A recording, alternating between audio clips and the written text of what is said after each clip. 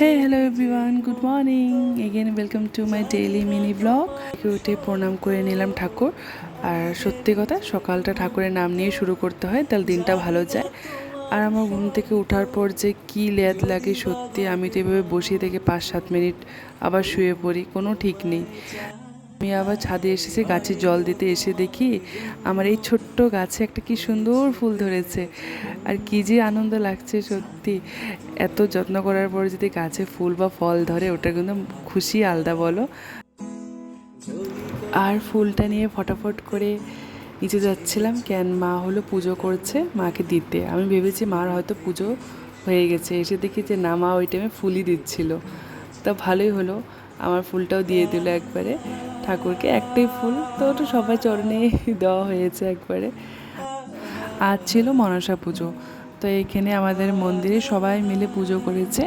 তা মন্দিরে সবাই মিলে দুধ কলা দেয়, সব বৌদি ওরা, কাকি ওরা, মা বম্মা সবাই মিলে এখানে পুজো করেছে। এসে দেখি পুজো কমপ্লিট হয়ে গেছে, আমি ঠাকুর প্রণাম করে নিলাম শুধু। তারপর যেটি আমাকে এখানে প্রসাদ দিল খেতে, আমি দিদার জন্য নিয়ে এসেছি। তো দিদা আমি মিলে প্রসাদ খেয়ে নিলাম। আর হ্যাঁ, কালকে যে তোমাদেরকে বলছিলাম যে দিদা বানিয়েছে তালের বড়া, তো কাল তো আমি সেভাবে খাইনি, তো আজকে সকালে চা দিয়ে মুড়ি দিয়ে বড়া খাওয়ার কি দারুণ লাগছিল খেতে ভাই। আর জানো, আজকে সকাল থেকে আমি অনেক খাবার একসাথে খেয়েছি। ফার্স্টে চা খেয়েছি, বড়া খেয়েছি, তারপরে আবার রুটি দিয়েছি দিদা, পরোটা ছিল, পরোটা দিয়েছে, সবজি, এখানে কলা ছিল, সমস্ত কিছু খাওয়ার মানে 5-10 মিনিট গ্যাপিংয়ে খেয়েছি।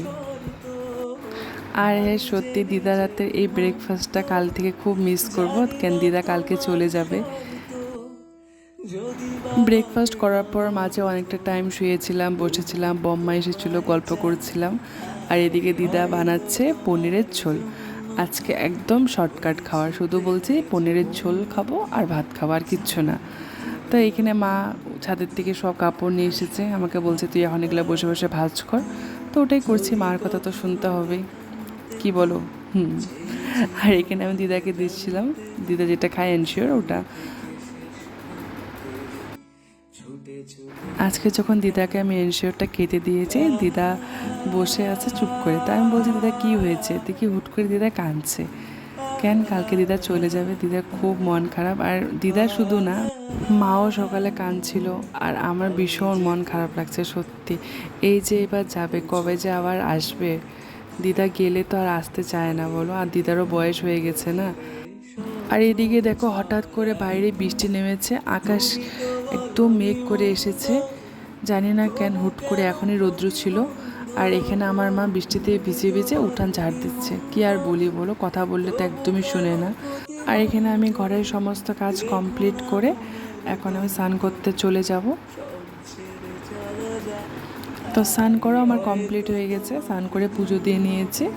তারপরে এখানে দিদার সাথে বসে একসাথে ভাত খাচ্ছিলাম। মা তো আজকে খাবে না, আমাদের মধ্যে একবেলা রুটি খেতে হয়, মানে মনসা পুজোর দিন, আর রাতে ভাত খেতে হয়।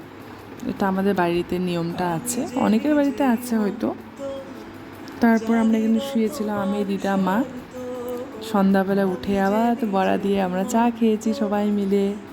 দিনটা বেশি একটা ভাল লাগেনি, কেন বারবার একটা কথাই মনে পড়ছে, দিদা কালকে চলে যাবে, দিদার সাথে আর বিকালে চা খেতে পারবো না, দুপুরে খেতে পারবো না ভাত।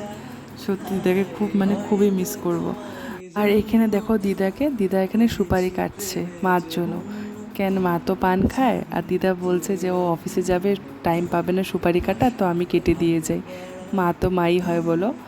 তো যাই হোক, মাঝে আমি আর কোনো ভিডিও করিনি। তো আমাকে আজকে ডিনারের পর দিদা দিয়েছে দুধ খেতে, যেটা আমার শুধু দুধ খেতে একদম ভালো লাগে না।